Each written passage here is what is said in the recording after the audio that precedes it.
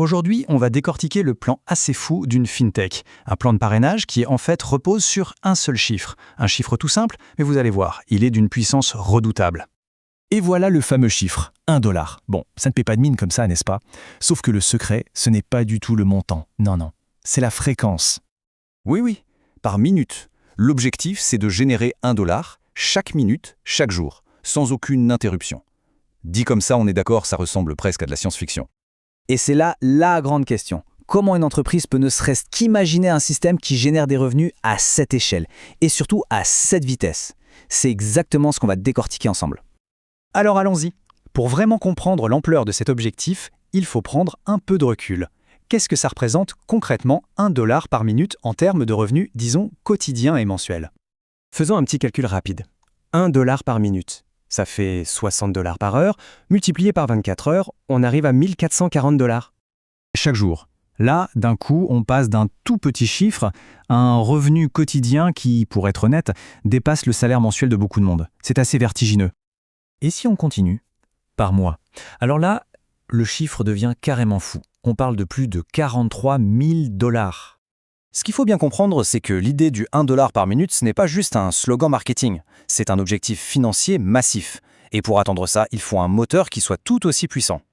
Justement, passons à la mécanique. Comment est-ce que ce moteur financier est conçu? D'où vient tout cet argent? En fait, la réponse tient dans un modèle de revenu à double flux.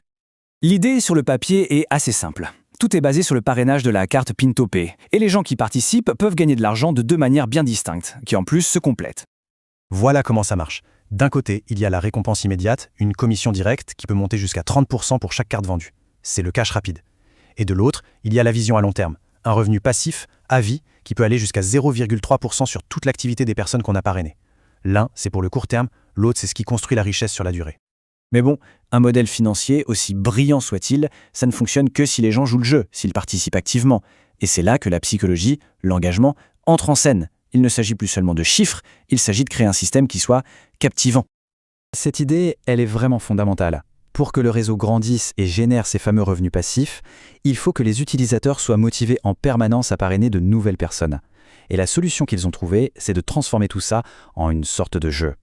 Et pour que ça marche, eh bien on gamifie tout le système.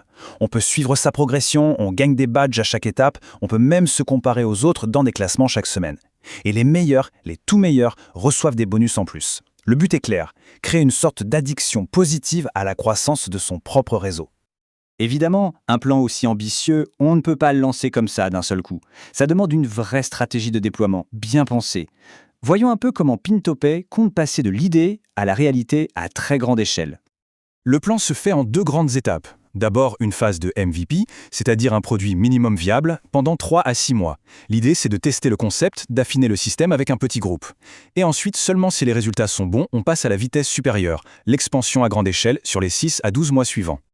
Cette approche par étapes, c'est très stratégique. Ça permet de limiter les risques, de s'assurer que le modèle fonctionne avec un groupe test, avant d'investir des sommes colossales dans une expansion nationale ou internationale. C'est une façon plutôt intelligente de construire quelque chose de grand. Alors, qu'est-ce qu'on peut retenir de tout ça? Si on décompose ce projet, on voit se dessiner une recette assez claire pour la croissance. Une recette qui mélange des objectifs financiers, une mécanique bien huilée et une bonne dose d'engagement ludique. On peut résumer le tout en 4 étapes clés. Tout commence avec un objectif un peu fou, comme ce fameux dollar par minute. Ensuite, on construit le moteur pour y arriver, ici avec les commissions directes et les revenus passifs. Puis, on alimente ce moteur en transformant le processus en jeu pour que les gens restent engagés. Et enfin, on déploie le tout, mais de manière progressive et stratégique.